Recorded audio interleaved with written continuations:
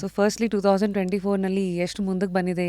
Firstly IVF ಅಂತ ಅಂದರೆ ಏನು ಅಂತಲೇ ಶುರು ಮಾಡಬೇಕು ಆ ರೀತಿ. ಓಕೆ, ಸೊ IVF ಅಂದರೆ ಇನ್ ವಿಟ್ರೋ ಫರ್ಟಿಲೈಸೇಷನ್. ನಮ್ಮ ಬಾಡಿಯಲ್ಲಿ ಆಗೋದನ್ನ ಇನ್ ವಿವೋ ಅಂತೀವಿ.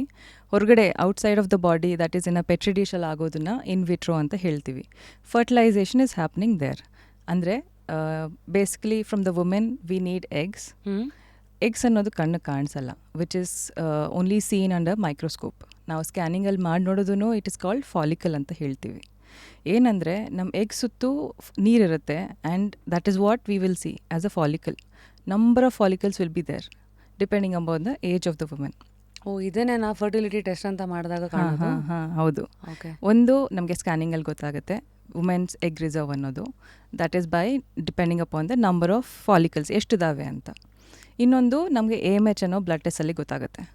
So both of them combinedly give us an approximate ಎಷ್ಟು ಇದೆ ಅಪ್ರಾಕ್ಸಿಮೇಟ್ ಆಗಿ, how fast you need to conceive or at least freeze your eggs ಅನ್ನೋದನ್ನು ನಾವು ನೋಡ್ಕೋಬೋದು ಇದನ್ನ ನೋಡಿಕೊಂಡು. ಸೊ ಈ ಫಾಲಿಕಲ್ ನಾವೇನು ಮಾಡ್ತೀವಿ, ಬೆಳೆಸೋದಕ್ಕೆ ನೋಡ್ತೀವಿ. ಹಳೆ ಕಾಲದಲ್ಲಿ first time when it was done, IVF was done in 1978. Yes, Louise Brown was Born.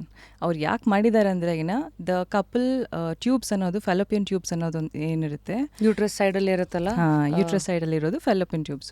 So that is the part where conception happens. The egg and sperm meets there. The fertilization happens there.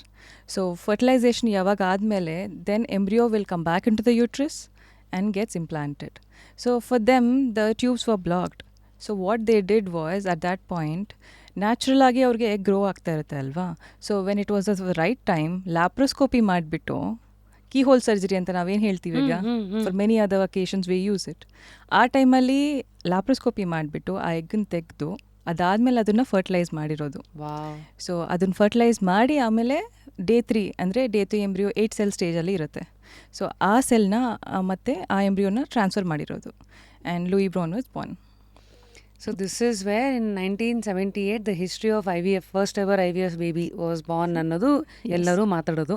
So 78 ಇಂದ ಹಿಡಿದು ಇವತ್ತು almost 24 ಅಂದರೆ we are almost 2024 ಅಂದರೆ 46, almost more than 50 years. 50 years ವರೆಗೂ ಬಂದಿದ್ದೀವಿ. ಯಾ